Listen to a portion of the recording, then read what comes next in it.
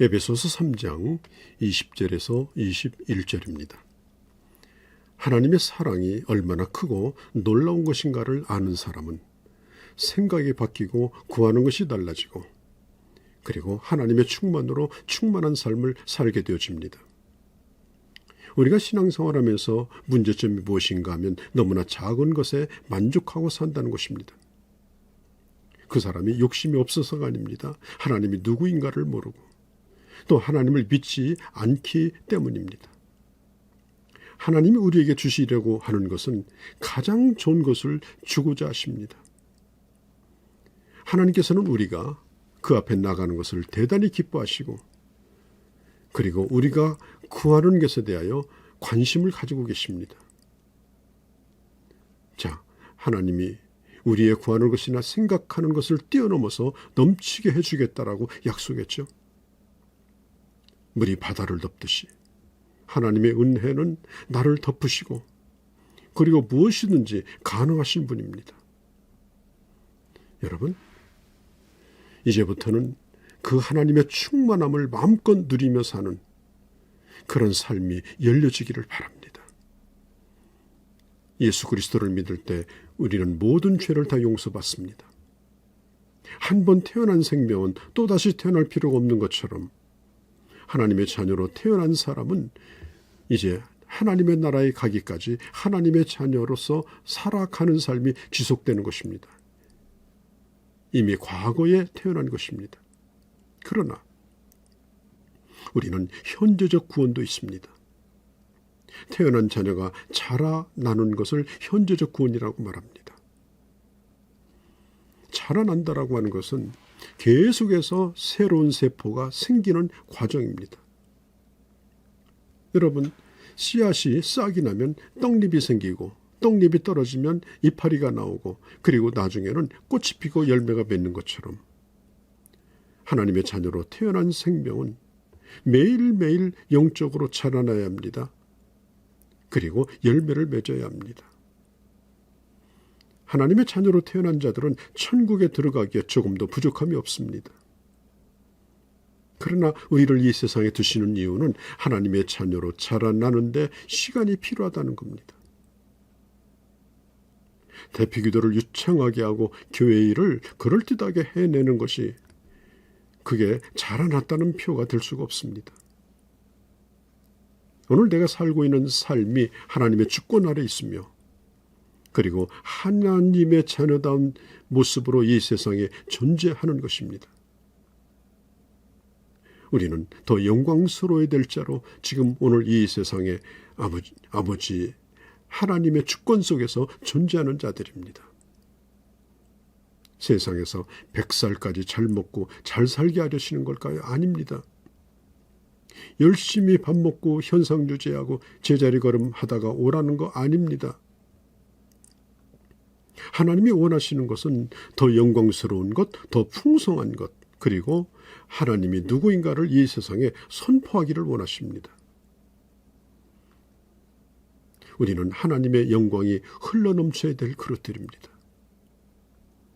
우리가 천국에 가게 되었다라고 맘 놓고 자만에 빠지지 않기를 바랍니다. 날마다 두렵고 떨림으로 순종함으로 구원을 이뤄가야 합니다.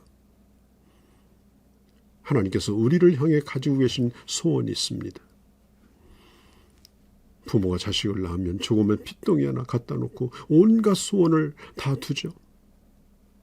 모든 걸 다 시키고 싶어 합니다. 내 자식을 이렇게 저렇게 키우겠다라고 마음을 먹습니다. 부모는 소원을 가질 뿐 아니라 그 소원대로 자식을 키워가는 것입니다. 부모는 오늘의 자녀를 보고 있는 것이 아닙니다. 항상 자녀를 바라볼 때 미래지향적입니다. 하나님께서 우리를 이 세상에 두신 것도 마찬가지입니다. 우리를 향한 하나님의 미래의 꿈이 있습니다.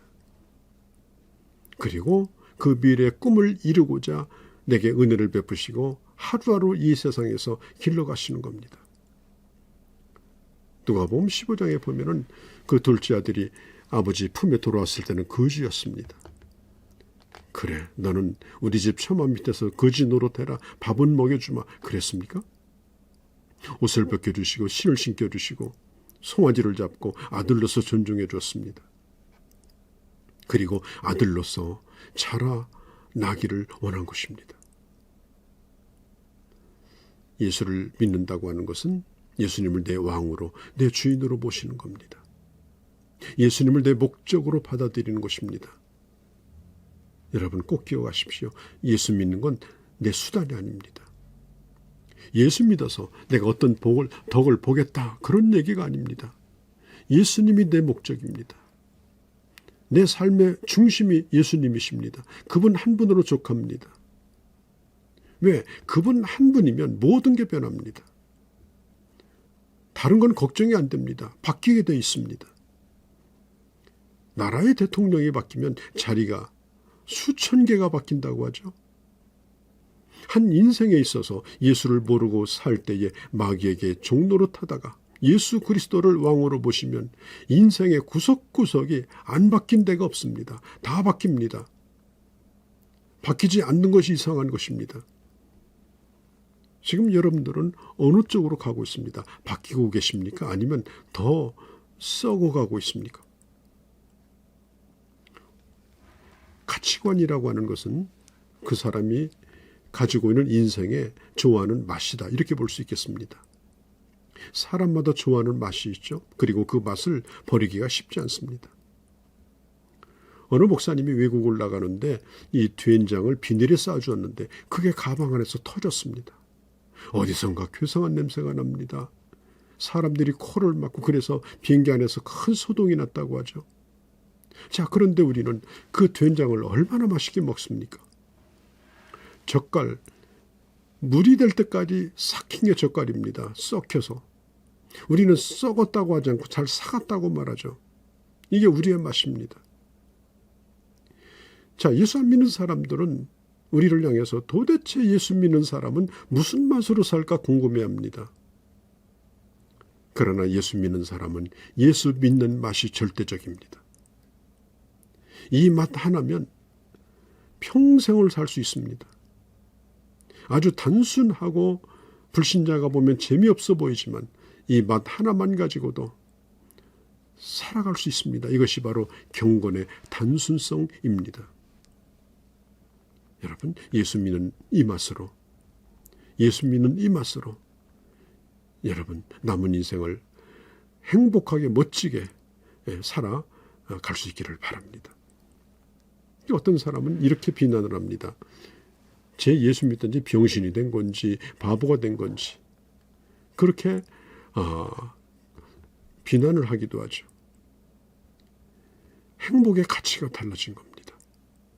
예수님 때문에 살고 예수님 때문에 행복합니다. 과거에 나는 절대로 이거 포기 못한다, 그런 것도 있었는데 이제는 알고 보니 헛누덕입니다. 이제는 새로운 일을 위해서 정열을 쏟습니다. 입맛도 달라졌습니다. 예수 믿는 건 도덕 종교가 아닙니다. 눈을 지그시 감고 뭘 깨닫는 게 아닙니다.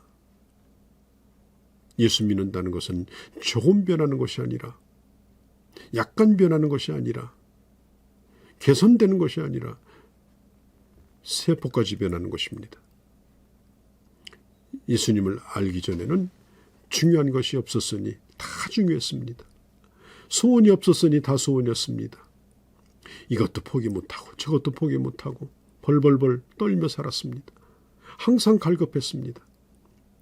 저도 어려서 호주머니에다 뭘 잔뜩 늘 넣고 다녔습니다. 그래서 집에 와가지고 책상에다가 놓습니다. 그러다가 나중에 다 갖다 버립니다. 그리고 또다시 주워옵니다. 정말 좋은 것이 없는 사람은 그렇습니다. 이것도 해보고 저것도 해보고 끊임없이 갈증을 느낍니다. 쇼핑도 해보고 좋은 옷도 사보고 주부대학도 다니고 골프 보링도 쳐보고 사람들 만나 수다도 떨어보고 그렇다고 채워지는 게 아닙니다. 예수 그리스도가 내 생애에 가장 중요한 한 분으로 자리 잡을 때 그때 모든 것이 변하고 가치가 변합니다. 여러분, 왜 사업을 하십니까? 열심히 벌어서 주를 위해서 청지기로서 살기 위해서 사업하는 거 아니겠습니까? 어느 가난한 농부가 밭을 갈다가 보물이 가득한 보물단지를 발견하고 모든 걸 팔아서 그 밭을 샀습니다. 왜 사는 겁니까? 보물단지를 발견했기 때문에 그렇습니다. 예수 믿는 것이 바로 그런 것입니다. 빌립보서 3장 8절에 모든 것을 해로 여김은 내 주 그리스도 예수를 아는 지식이 가장 고상함을 인함이라. 내가 그를 위하여 모든 것을 잃어버리고 배설물로 여기면 그를 믿기 때문이라고 그랬습니다. 여러분, 예수 믿기 위해서 뭘 버렸습니까? 뭘 포기했습니까? 예수 그리스도가 여러분들의 인생에 얼만큼 귀합니까? 예수 믿는다는 건 놀라운 일입니다. 풍성, 충만, 넘침 그 자체입니다. 하나님께서 하나님의 사람들에게 베풀어 주시는 이 놀라운 은혜를 누리시고 맛보시고 그리고 이 세상에 증거하는 주의 사람들이 되어주시기를 바랍니다. 안녕히 계십시오.